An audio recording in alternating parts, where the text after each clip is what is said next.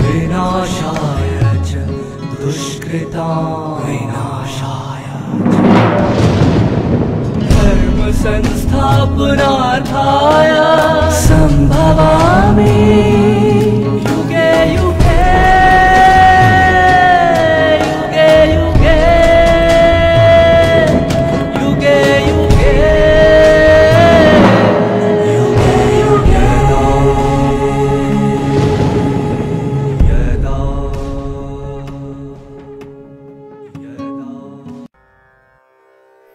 आध्यात्मिकता के लिए परम पूज्य धर्म ग्रंथ सर्वशास्त्र शिरोमणि श्रीमद् भगवत गीता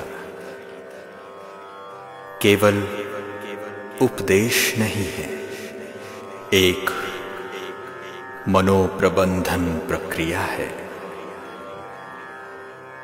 अविश्वास को आत्मविश्वास के रूप में बदल देने वाली एक परामर्श विधि है।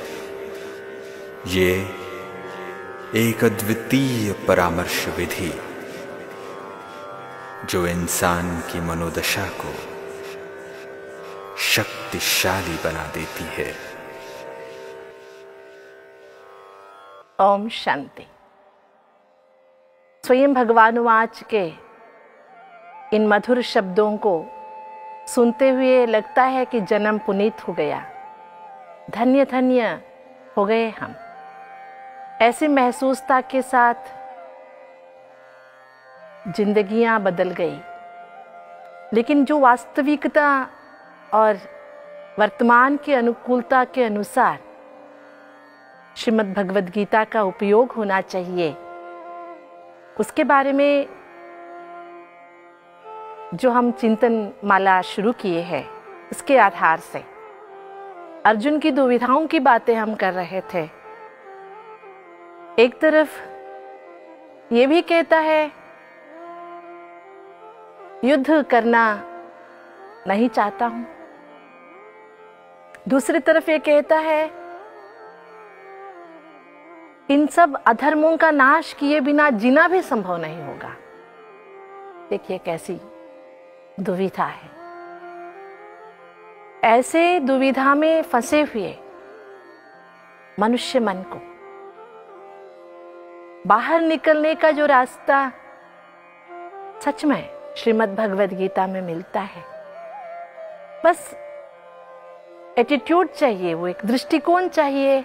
उस दृष्टि से भगवद गीता को हम सुने, गीता को एक ज्ञान की तरह, गीता ज्ञान को अपने जिंदगी के साथी बनाकर हम चले, जो भगवान चाहता है।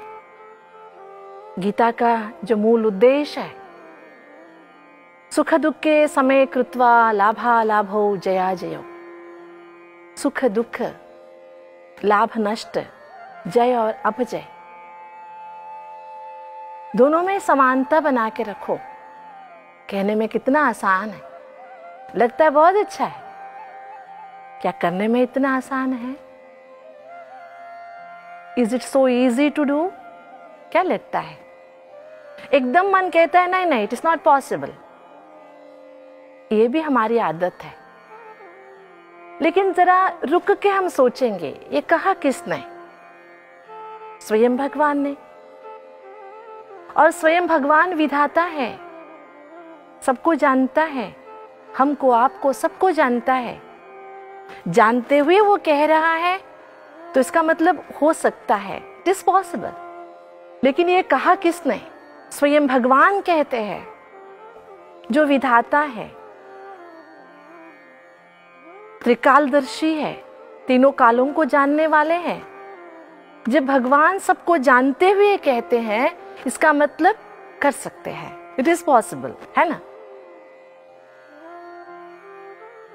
भगवान शब्द सुनते हुए एक बात अवश्य याद आती है कि दुनिया में आजकल एक ये सोच है कि गीता किसने सुनाई हमें कोई मतलब नहीं है, लेकिन गीता में क्या सुनाया गया है उससे हमें मतलब है।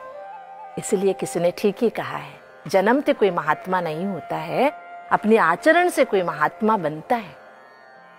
और अपने आचरण से जो कहता है वो बात ही परिणामकारी और प्रभावशाली मानी जाती है। इसलिए जब गीता ज्ञान की बातें हो रही है, गीता का मूल उद्देश्य हम समझ रहे हैं, जिंदगी के रास्ते में जितने भी कठिनाइयां क्यों ना आए, लेकिन कहते हैं ना, अगर आज दुख है तो कल सुख आएगा, रात के बाद दिन आना जरूर है, जरूर आ जाएगा। लेकिन इसके लिए हमें अपने ऊपर विश्वास रखना बहुत जरूरी है। ये बात भगवान स्पष्ट करता है। तो गीता का ये लक्ष्य हमारे सामने स्पष्ट हो गया। और गीता का और एक लक्ष्य इंपॉर्टेंट ये है, समत्वम, बैलेंस, जो हम आज जिंदगी में नहीं देख पा रहे हैं। भौतिकता में इतना व्यस्त है, हमें अपने अंदर देखने के लिए फुर्सत ही नहीं है। दिन रात एक करके हम कमा रहे हैं। कल को जब तबीयत खराब हो जाती है तो कमाई हुई सारे पैसे हम बिगड़ी हुई तबीयत को सुधारने के लिए लगाते हैं। इसके बदले अगर दोनों का बैलेंस ठीक से हो तो जिंदगी संवर जाएगी। आज का the 11th hour need is knowledge, ज्ञान है, जो स्वयं गीता ज्ञान दाता परमात्मा से हमें मिल रहा है। तो अर्जुन के मन में इतने सारी जो दुविधाएं हैं, इन सब दुविधाओं से बाहर निकलने का रास्ता भगवान क्या बताता है। और इस गीता ज्ञान, इस श्रृंखला को सुनते हुए हम आप सबसे एक प्रश्न पूछना चाहेंगे कि हम सबको पता है गीता ज्ञान सुनाया गया भगवान के द्वारा।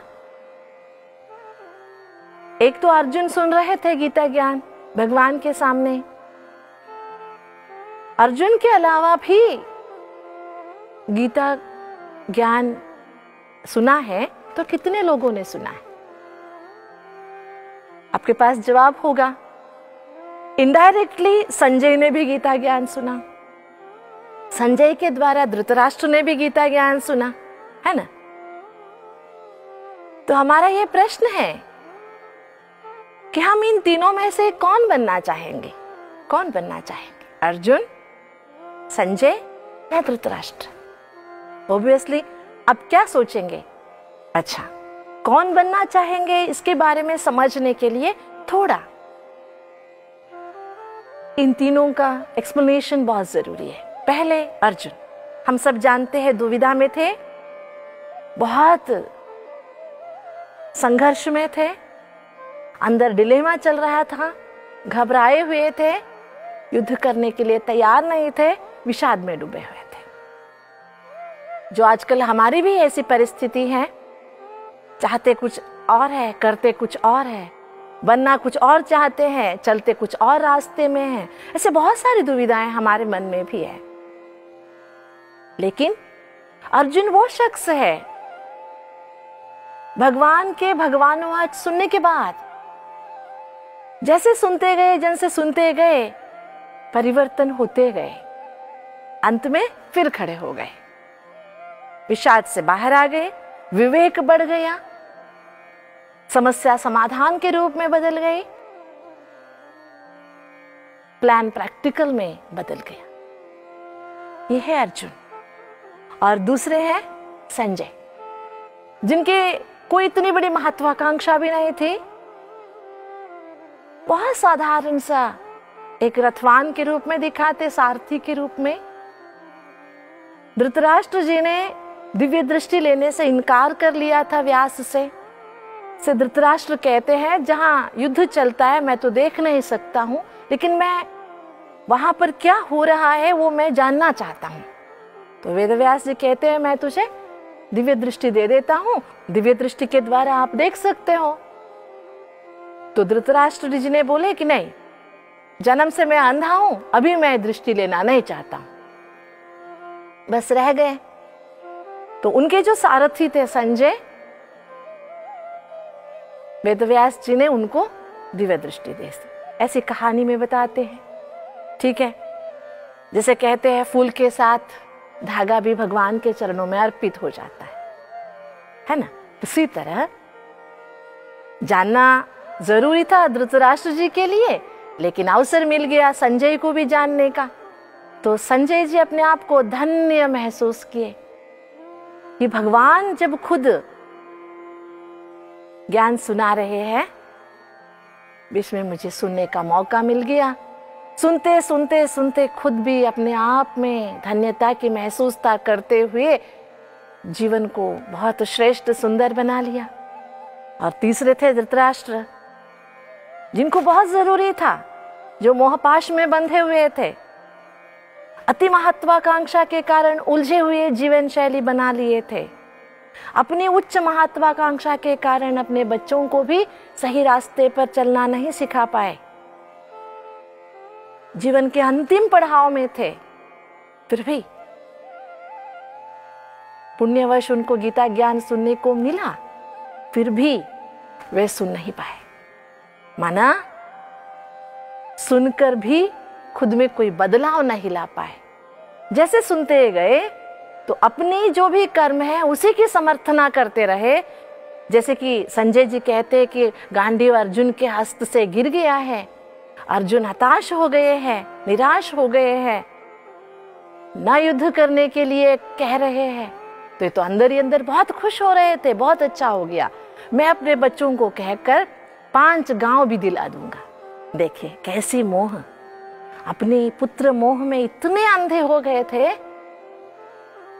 वास्तविकता न्याय अन्याय की समझ भी खो चुके थे। अभी हम अपने दिल पे हाथ रख के अपने आप से प्रश्न करें कि मैं इस गीता ज्ञान श्रृंखला को सुनते सुनते क्या बनना चाहूंगा? अर्जुन, संजय या धृतराष्ट्र? जवाब क्या होगा? क्योंकि हम ये तो नहीं कह सकते कि हम धृतराष्ट्र बनेंगे, नहीं चाहेंगे ना। कोई गलत फहमी है कि मैं जो कर रहा हूं वही सही है, इस गलत फहमी में तो रहना नहीं चाहेंगे। आलस्यवश जिंदगी जीना नहीं चाहेंगे, क्योंकि बड़ों ने बहुत अच्छा कहा है, अलसस्य कुतो विद्या, अविद्यस्य कुत धनम, अधनस्य कुतो मित्र, अमित्रस्य कुत सुखम। जी, अगर आलसी होंगे तो सुख तो बस स्वप्न में भी आप सोच नहीं सकेंगे सुखी बनना। जिम्मेवारी से भागने वाले या पोस्टपोनिंग नेचर वाले ये नहीं बनना चाहेंगे। हम जिंदगी में अगर कुछ बनना चाहेंगे तो अर्जुन बनना चाहेंगे। कष्ट किसको नहीं आता है, कठिनाइयां किसके सामने नहीं आती हैं, दुविधाएं किसके जीवन में नहीं हैं, कौन डिलेमा से बाहर है, लेकिन उस डिलेमा से निकलने का जो रास्ता मिल रहा है, उस रास्ते को पकड़कर हम चले ताकि हम उस डिलेमा से, उस दुविधा से, द्वंद्व से बाहर निकल सके।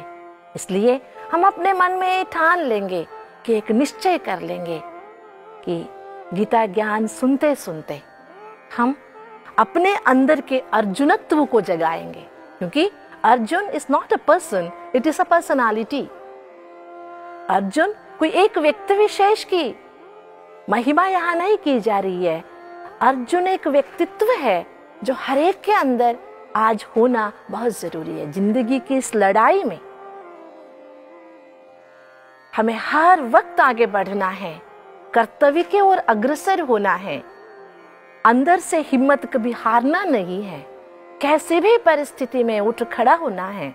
उसके लिए हम अपने अंदर से अपने हौसला बुलंद रखें, इसलिए विश्वास रखें, एक एम डिसाइड करें, एक गोल सेटअप करें कि मुझे अर्जुन जैसा बनना है। क्योंकि हर किसी के जिंदगी में दुविधाएं तो है ही, डिलेमास तो है ही, स्ट्रेस फ्री तो हम कोई नहीं है क्या? अगर आप में से किसी से पूछे एक सवाल छोटा सा,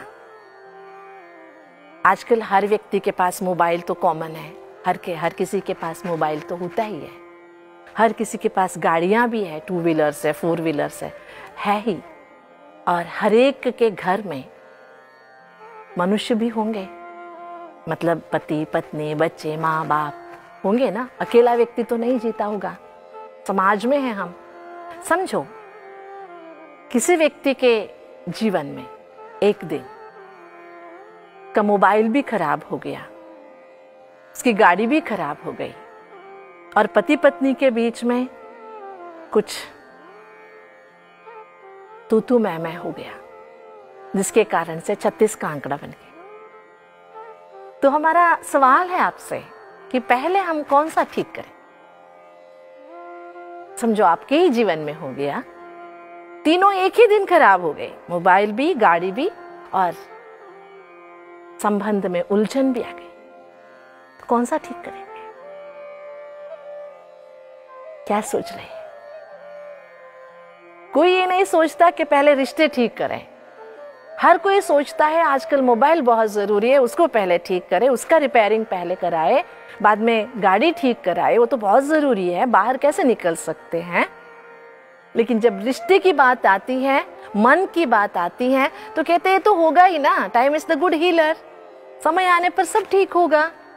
बस छोड़ देते हैं, इतने तक छोड़ देते हैं, जब दुरुस्त करने के लिए कुछ बचता ही नहीं है तब भागते हैं कि अरे कोई हमारा रिश्ता ठीक करके दो।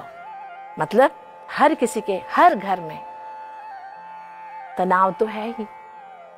आज एक लक्ष्य लेंगे कि मुझे अर्जुन बनना है। क्या बनना है? मुझे अर्जुन बनना है जिंदगी की इस लड़ाई में।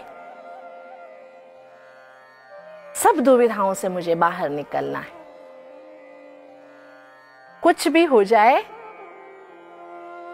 मुझे जीना है। जिंदगी जीने का नाम है। गीता के इस महावाक्यों को सुनते आगे बढ़ते हैं।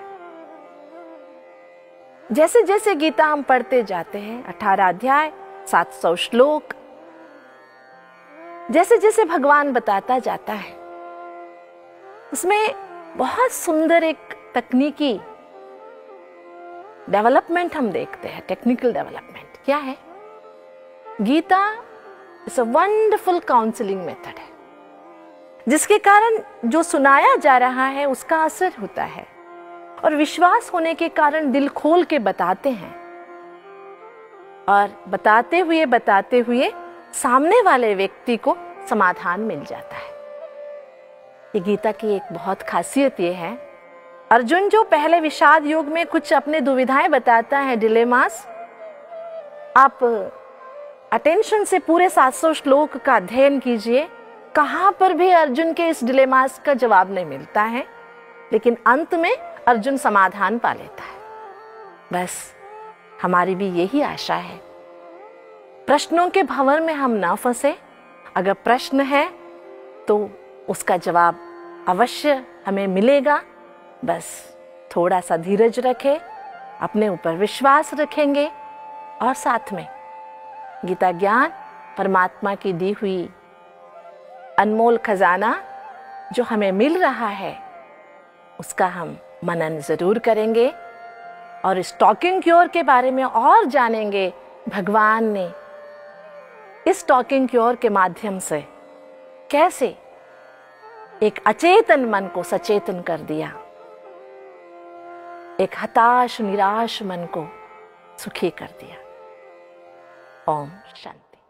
मित्रों, अक्सर करके देखा गया है कि हम उन व्यक्तियों को बहुत सहज फॉलो करने लगते हैं जो सक्सेसफुल हैं, स्पेशली उस फील्ड में जिस फील्ड में हम आगे बढ़ना चाहते हैं। पर कहीं ना कहीं हम भूल जाते हैं कि हम उनके जीवन के एक ही डायमेंशन को, एक ही पहलू को देख रहे हैं। हो सकता है दूसरे डायमेंशंस में वो कंप्लीट फेलियर हो।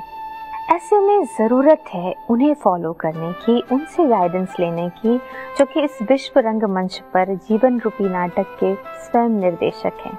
क्योंकि नाटक में जो कुछ हो रहा है वे उससे भली भांति परिचित हैं। वे हमें इस नाटक का सत्य ज्ञान देते हैं और इस सत्य ज्ञान से ही हम इतने योग्य बनते हैं कि हम इस नाटक को जैसा है उसी रूप से समझें और उसी अनुसार बखूबी अपनी भूमिका निभाएं, ताकि हमें किसी कर्म का अफसोस ना हो, पश्चाताप ना हो।